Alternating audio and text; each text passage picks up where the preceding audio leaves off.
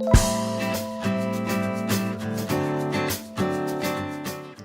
everybody, welcome to Bodhi Acumen Wellness. Today we're talking food as medicine.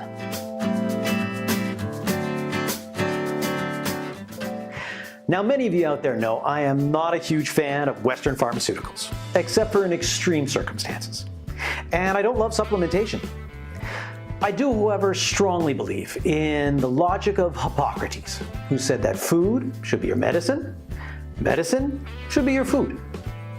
So today we're going to be looking at your diet's effect on anxiety.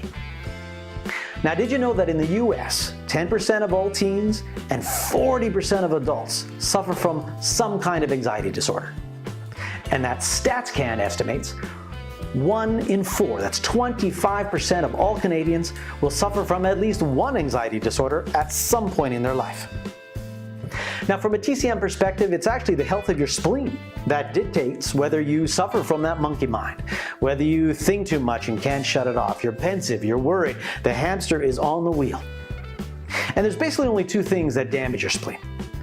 Whether it's inappropriate eating, so that would be too much raw food, too much sweet food, or too much greasy food. The other, thinking too much. And it's kind of a chicken and an egg kind of thing, because a weak spleen will lead to anxiety, and anxiety will lead to a weak spleen. And there's some basic telltale signs, some symptoms that we want to be looking at, 5 bigs that we want to look at, that are going to let us know that our spleen is not too happy, and that we may want to change our diet. Number 1, bloating, especially after eating. Number 2, gurgling, what's called borborygmus, making lots of sounds. 3, lack of appetite. You don't feel like eating at all. 4, loose stool, self-explanatory. And 5, anxiety.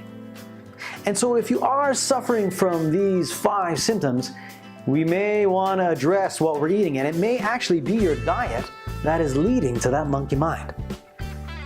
So the spleen basically likes a dry environment. It does not like an internal environment where dampness and fluids are accumulating. And there's certain foods that contribute to that. And these are the foods that we're going to look at as poison, and these are the foods we want to avoid at all costs. Number 1, dairy. And whether it's milk, whether it's cheese.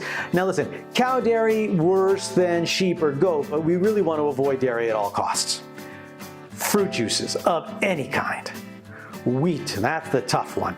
Bread, pasta, muffins, bagels, all those baked goods we need to cut out. Processed meats, all those fatty processed deli meats, sweeteners or artificial sweeteners or sugar, and unfortunately, yes, beer. Now this category is going to create dampness in the body and injure the spleen, and can actually lead to anxiety and overthinking. Well, on the flip side, there's actually foods that we can use as medicine. Number 1, chicken.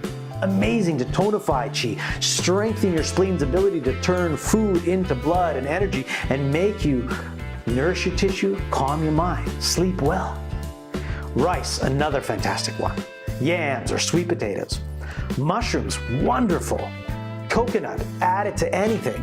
And of course, favorite breakfast, oatmeal. Now, any of these guys is going to tonify your qi, strengthen your spleen, and decrease that monkey mind that's going all the time. So it is pretty much that simple. We incorporate more of these foods, and we avoid these foods at all costs. Thanks so much for watching, guys. I hope you enjoyed. Please share this video with as many people as you can. Help me to help other people quiet that monkey mind. And of course, don't forget to subscribe.